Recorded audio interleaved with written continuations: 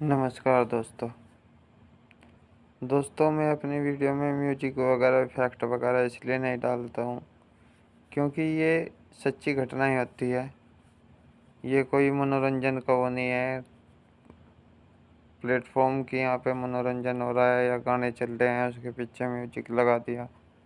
ये बहुत मतलब जिसके साथ गुजरती है उसको ही पता लगता है। दूसरा बंदा तो कहानी बना के उसके पीछे लगा के उसको बता देगा, लेकिन जिसको साथ होता है पता उसे लगता है। अभी बस दहड़ा गाँव पड़ता है एक, वहाँ की बात मैं आपको बताने जा रहा हूँ। 4-5 लड़के थे, वो स्कूल से आ रहे थे साइकिल से। तो रास्ते में दोपहर का टाइम हो रखा था, तो गर्मी की वजह से वो अभी ये इंसिडेंस जो है अभी पिछले ही साल का है, ज़्यादा पुराना नहीं है। तो एक पीपल का पेड़ पड़ता है बहुत बड़ा, तो काफ़ी बड़ा है, तो उन्होंने साइकिल रोक ली कि थोड़ा टाइम सस्ता ले भाई, बच्चे हैं करने लग जा शरारत। तो वे साइकिल रोक कर वो खड़े थे, तो उनमें शर्त लग गई कोई यहाँ पर टॉयलेट नहीं कर सकता, और जो टॉयलेट करेगा उसका भूत चिपट जाए। तो मतलब ये बात उन्हें पहले ही उनके घर को ना समझा रखी थी, बेटे उस रास्ते में पेड़ पड़ा है वहाँ पर रुकियो मत, और ना वहाँ कोई ऐसी गंदी हरकत करियो जिससे गलत इंप्रेशन जा। तो कोई बात नहीं, एक लड़का उनमें थोड़ा हटी सी था, वो कहने लगा हमारी असमाजी है, हम किसी धर्म को नहीं मानते, ना हम भूत को मानते, ना हम भगवान को मानते, हम देखें क्या है क्या नहीं। तो उसने भाई साहब, लड़का बहुत अच्छा था, टॉपर क्लास का, मतलब जिसे बोलते हैं ना क्लास टॉपर था लड़का। अब होता क्या है, उसने वहाँ टॉयलेट कर दिया। अब टॉयलेट करके वो घर चला गया, घर जते ही उसको चढ़ गया बुखार। कोई बात नहीं, डॉक्टर को बुलाया, डॉक्टर ने बोला कोई बात नहीं ठीक हो जाएगा, मेडिसिन वगैरह दे दी। अब मेडिसिन दे दी, मेडिसिन कहाँ काम कर रही थी, सीन तो दूसरा था, सीन तो दूसरा हो रखा था। तो जब कई दिन तक दवा खाने के बाद भी वो ठीक नहीं हुआ, दिन पर दिन सूखता चला गया, तो एक ये झाड़ फूक करने वाले रहे, उन्होंने कहा एक बार आप इसे वहाँ दिखा लो। खुद डॉक्टर ने सलाह दी कि आप इसे मजार पर दिखा लो एक बार। तो वे उसे मजार पर ले गए। तो मजार पर जते ही वहाँ उन्होंने मौलवी ने जते ही बता दिया कि तूने ऐसा ऐसा किया। उसने बोला हाँ किया। कहने लगा ये तेरी पहली स्टेज है, पहले तेरा शरीर बिल्कुल सूखा होगा, फिर तू मेंटली डिस्टर्ब होगा, और बेटे मैं तेरा इलाज कर नहीं सकता क्योंकि वहाँ एक नहीं पता नहीं कितनी सारी आत्माएं हैं, मैं कैसे किस किस को कैसे हैंडल करूँगा। हाँ मैं तुझे ऐसा कर सकूँ, मैं तुझे ताबीज़ दे दूँगा, ताबीज़ पहनने के बाद वे तुझे परेशान नहीं करने के। तो उन्होंने जो है अपना ताबीज़ पढ़ के दे दिया, उसने गले में डाल लिया, वो ठीक हो गया। अब वही लड़के जिन्होंने उस पर टॉयलेट करवाया था वहाँ पे, वही लड़के उसकी मजाक लेने लगे, कहने लगे भाई तू तो आर्य समाजी था, ये था वो था, अरब जी तग्गे बंदो घूम रहा, यो कर रहा वो कर रहा। तो उसने अपने घर वालों को बिना बताओ वो तग्गा तोड़ कर उनके आगे ही फेंक दिया। और दग्गा ताबीज जो था, दग्गे में ताबीज था, वो वहीं दग्गा तोड़ कर फेंक दिया। उसके बाद वो दिन पे दिन मेंटल डिसऑर्डर होने लगा। तो कभी गंडसा लेके किसी के पीछे भाग ले, कभी किसी के पीछे भाग ले। अब भैंस भी आई थी भाई इनकी। अब जब भैंस भी आई थी तो उसने लवारा दिया, तो उस गंडसे से उसने उस लवारे की गर्दन काट दी। सारे में खून ही खून, घेर में। मतलब एक इंसान को मरा हुआ देख का जो जी पे जोर पड़ा है, उस लवारे को देख कर वो जी पे जोर पड़ रहा था कि यार बता इसने क्या किया। अब क्या है, उसे भी कुछ नहीं सकते क्योंकि वो तो मेंटली डिस्टर्ब है। अब जो बंदा पहले ही मेंटली डिस्टर्ब है उसे क्या कह दे। कोई बात नहीं जी, वे फिर पहुंचे वहाँ।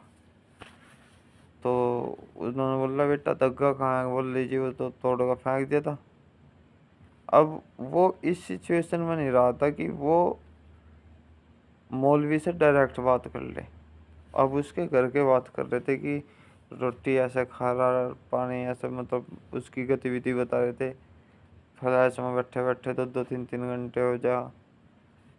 तो उसने कहा भी अब मेरे पास इसका कोई इलाज है नहीं। मन्नत इसे ताबीज़ दिया था, इन वो खंडित कर दिया, अपमान कर दिया पीर बाबा का भी। अब उनको यहाँ इसका कुछ नहीं हो सकता। कोई बात नहीं जी, वे उसे घर ले आए।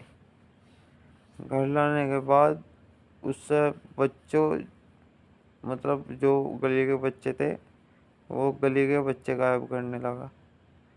बच्चों को उठाता, कुछ नहीं कर रहा था, गलत काम कुछ नहीं किया उसने, मतलब रेप वगैरह। बच्चे उठाया, गर्दन कट्टी और फेंक दिया। बच्चा उठाया, किसी का गला घोटा, किसी, मतलब अलग अलग तरीके से बच्चों की मौत होने लगी। अब सबका शक उस पर ही गया, कहने लगा यही दिमाग से पागल है, इसने ही ऐसा ऐसा करा था। अब होता क्या है, उन्होंने पुलिस कंप्लेन कर दी। अब जब पुलिस कंप्लेन कर दी तो आई पुलिस। अब उसके खिलाफ ना तो कोई सबूत, ना वो कैमरे में, उसे उठा के लेके 2 दिन बाद फिर छोड़ दिया। सरकारी हॉस्पिटल में तो ये कहा गया मेंटली ठीक नहीं है, ये तो ऐसा काम कर ही नहीं सकता। कोई नहीं जी। एक अमावस्या की रात होती है, इसमें ये काली शक्ति जो होती है ये ज़्यादा पावरफुल हो जाती है। तो उस दिन उसने आक्रामक रूप दिखाया। वो जैसे ही गंडस्सा लेकर अपने बाप का मारा था, उसके बड़े भाई ने वो गंडस्सा पकड़ लिया।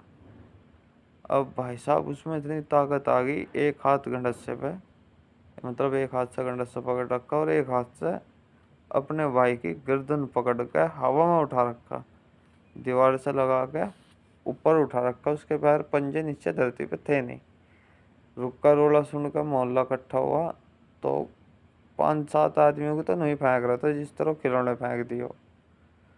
फिर कोई बात नहीं, उसे किसी तरीके से जो है कंट्रोल करा गया।